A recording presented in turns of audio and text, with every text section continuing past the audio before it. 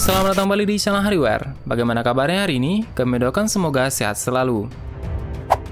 Pada video kali ini kita punya pembahasan yang sangat menarik mengenai dinasti keluarga yang pernah mengendalikan dunia. Sebelumnya, hentikan sejenak video ini dan mari subscribe di channel ini untuk terus memberikan dukungan, serta agar selalu menerima berbagai video misteri dunia terbaru setiap saatnya.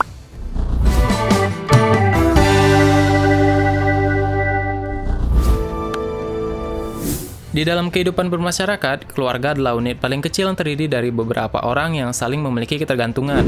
Akan tetapi, walaupun menjadi unit terkecil dalam masyarakat, nyatanya ada keluarga yang memiliki kemampuan super sehingga mampu mengendalikan dunia. Mulai dari mendanai dan menghentikan perang, mengendalikan keuangan dunia, memiliki tambang hingga membuat kerajaan. Keluarga atau klan mana saja yang pernah mengendalikan dunia atau berpengaruh besar kepada dunia? Silakan lihat versi Hariware.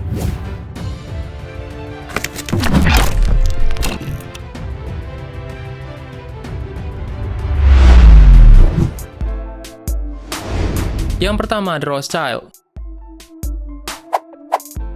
Keluarga Rothschild adalah dinasti asal Yahudi Jerman yang mengendalikan perbankan dan keuangan internasional dan diberi kedudukan mulia oleh pemerintah Austria dan Inggris. Menurut laman List First, keluarga ini menjadi terkenal di dunia internasional ketika Mayer Amschel Rothschild memulai strateginya untuk mengendalikan bisnis perbankannya yang tetap berada di tangan keluarganya sendiri. Salah satu kunci rahasia Mayer Rothschild untuk mempertahankan kekayaan dan pengaruh keluarganya adalah untuk menerapkan aturan pernikahan antara anggota keluarga yang terkait erat. Dan selama lebih dari 2 abad, keturunan Rothschild telah tersebar di seluruh dunia dan mengendalikan bank sentral di banyak negara. Dan keluarga Rothschild juga telah banyak memberikan pinjaman dana dan pasokan selama Perang Dunia. Bahkan menentukan harga emas dan memiliki salah satu bisnis tambang terbesar di dunia. Itulah sekilas dari keluarga Rothschild yang mungkin kita tidak asing lagi mendengar namanya.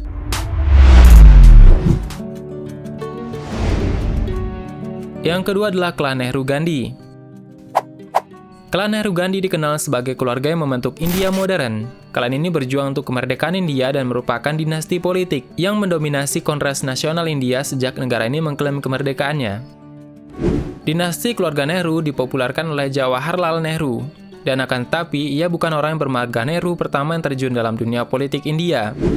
Sejak pra-kemerdekaan India, kakeknya, Gangadhar Nehru, telah lebih dulu memijakkan kakinya sebagai kepala polisi India pada 1857. Dan putranya, Motilal Nehru, dikenal sebagai Bapak Pejuang Kemerdekaan, seorang pengacara sekaligus ketua Partai Indian National Congress yang 2 kali terpilih.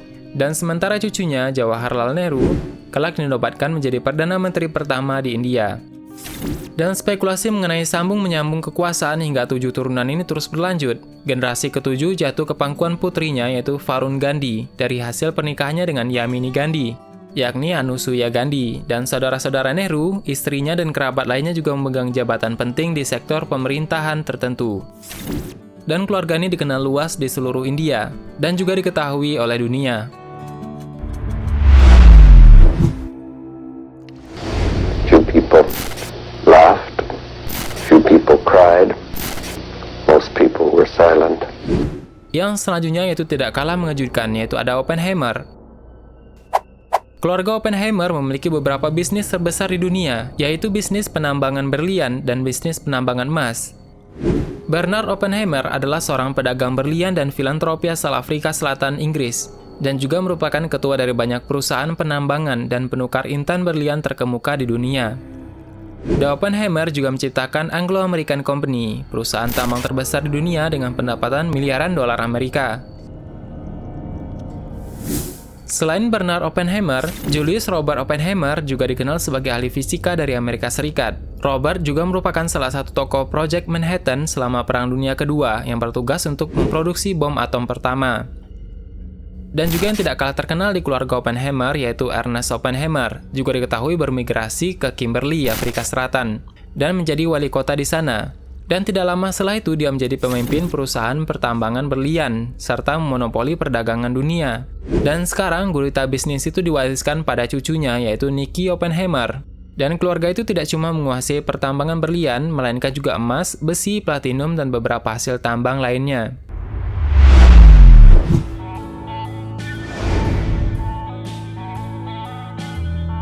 Kita berlanjut ke Italia, yaitu ada Medici. Keluarga Medici atau Medici memerintah kota benteng Florence dan membawanya ke puncak kemajuan ekonomi, politik, dan artistik. Dan menurut laman History World, mereka memulai bisnisnya sebagai keluarga bankir kelas menengah dan menghasilkan banyak uang dari perdagangan tekstil. Berkat koneksi mereka dengan dunia politik Florence, mereka mendirikan sistem perbankan modern yang kemudian segera mendominasi masyarakat. Mereka mendapatkan kontrak dengan Vatikan sendiri, kemudian naik ke posisi keluarga paling kuat dan berpengaruh di Florence dari abad ke-13 hingga ke-17. Dan akhirnya, Bank Medici menjadi institusi paling kuat di Eropa jika dibandingkan dengan institusi sejenisnya.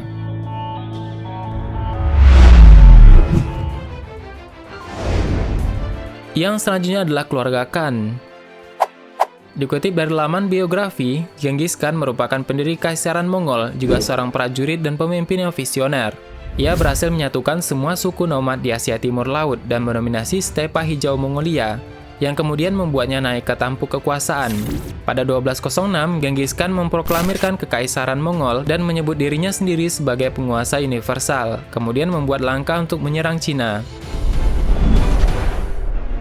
Dan pada puncak kejayaannya, ia menduduki sebagian besar Eurasia, menyebar dari Austria ke Korea dan dari Siberia Selatan ke Himalaya.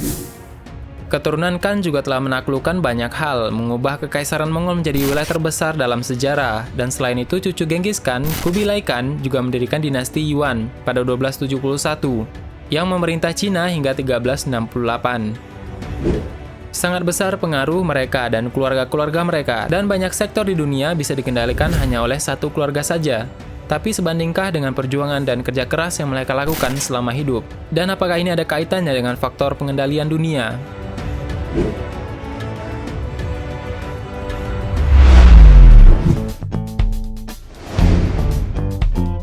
Sekarang kita berada pada bonus fakta. Barangkali kita akan mendengar mengenai Bilderberg Group, yang merupakan kelompok elit paling berpengaruh di dunia. Dan dari sejumlah investigasi dan pemaparan fakta, diketahui kalau kelompok ini memang dan masih eksis sampai saat ini. Pengaruh mereka yang paling besar ada pada dunia bisnis dan usaha keuangan secara global. Dan tidak hanya itu saja, kelompok ini juga melibatkan diri di dunia politik. Keputusan soal apakah suatu bangsa bakal terlibat perang atau tetap hidup damai juga dibahas dalam kelompok ini. Mata uang berbagai bangsa di dunia pun diduga ada di bawah kendalinya. The Bilderberg Group bisa dibilang sebagai kelompok yang berusaha mengendalikan dunia dengan cara dan metode mereka sendiri. Orang-orang yang terlibat di dalamnya merupakan orang-orang yang memiliki pengaruh besar di dunia. Dan ada juga sumber menyebutkan kalau sejumlah dinas intelijen rahasia dunia juga dikepalai oleh anggota dari Bilderberg Group. Dengan kata lain, jelas orang-orang yang terlibat di Bilderberg Group mempunyai pengaruh yang sangat besar di dunia, juga bisa mengakses database negara-negara maju yang ada di dunia.